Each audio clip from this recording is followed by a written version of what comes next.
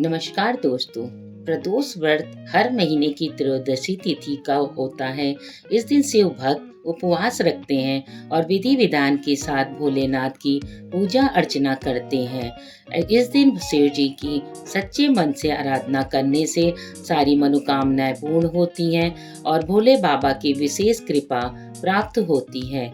पितृपक्ष श्राद्ध पक्ष में पड़ने वाला रवि प्रदोष व्रत कब है, इसका महत्व और पूजा विधि हम आज इस वीडियो में जानेंगे। पंचांग के अनुसार इस साल पितृ पक्ष में रवि प्रदोष व्रत 29 सितंबर 2024 को रखा जाएगा। शिव पुराण के अनुसार प्रदोष व्रत कृष्ण व शुक्ल पक्ष की त्रयोदशी तिथि को रखा जाता है।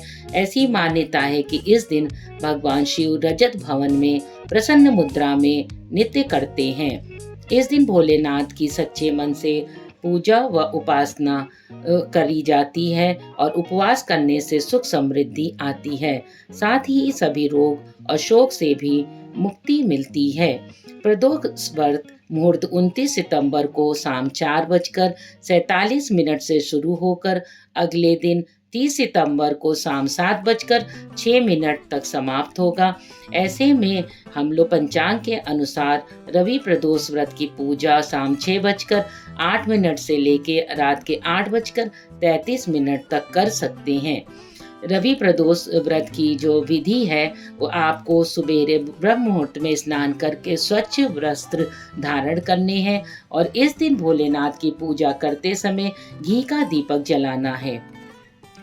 जलाइए और 108 ओम नमः शिवाय मंत्र का जाप करें।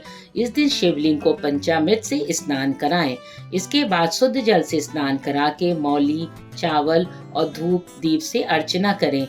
इस दिन आप भगवान शिव को खीर का भोग लगा सकते हैं।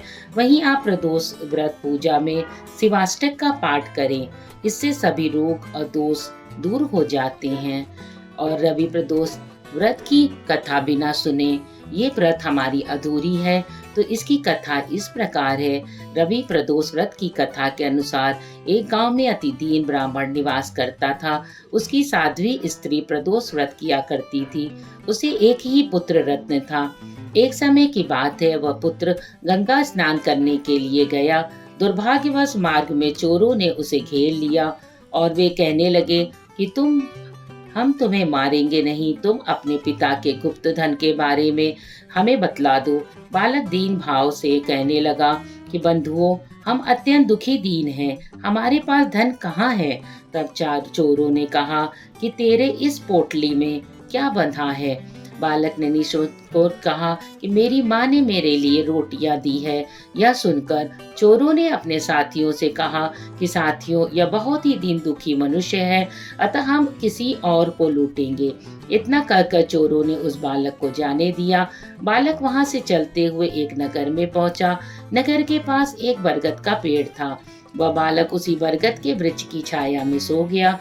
उसी समय उस नगर के सिपाही चोरों को खोजते हुए उस बरगद के वृक्ष के पास पहुंचे। बालक को चोर समझकर बंदी बनाकर राजा के पास लेकर गए। राजा ने उसे कारावास में बंद करने का आदेश दे दिया। ब्राह्मणी का लड़का जब घर नहीं लौटा तब उसे अपने पुत्र की बड़ी चिंता हुई। अगले दिन प्रदोष व्रत था। ब्राह्मणी ने प्रदोष व्रत किया और भगवान शंकर से मन ही मन अपने पुत्र की कुशलता की प्रार्थना करने लगी। भगवान शंकर ने उस ब्राह्मणी की प्रार्थना स्वीकार कर ली। उसी रात भगवान शंकर ने उस राजा को स्वप्न में आदेश दिया कि वह बालक चोर नहीं है और उसे तुरंत ही प्रातः काल छोड़ दे, अन्यथा उसका सारा राज्य वैभव नष्ट हो जाएगा। प्रातः काल राजा ने शिव जी की आज्ञा अनुसार उस बालक को कारावास से मुक्ति कर दिया और बालक ने अपनी सारी कहानी राजा को सुनाई। सारा वृत्तांत सुनकर राजा ने अपने सिपाहियों को उस बालक के घर भेजा और उसके माता पिता को राज दरबार में बुलाया। उसके माता पिता बहुत ही भयभीत थे। राजा ने उन्हें भयभीत देखकर कहा कि आप भयभीत न हो, आपका बालक निर्दोष है। राजा ने ब्राह्मण को 5 गांव दान में दिए, जिससे कि वे सुखपूर्वक अपना जीवन व्यतीत कर सके। भगवान शिव की कृपा से ब्राह्मण परिवार आनंद से रहने लगा। अतः जो मनुष्य रवि प्रदोष को करता है वह सुखपूर्वक और निरोगी होकर अपना पूर्ण जीवन व्यतीत करता है और उसके जीवन में खुशहाली आती है। कथा के उपरांत शंकर जी की आरती करना ना भूलें। ओम शिव ओमकारा।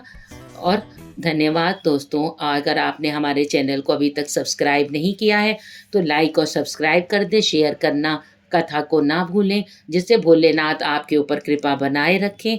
धन्यवाद।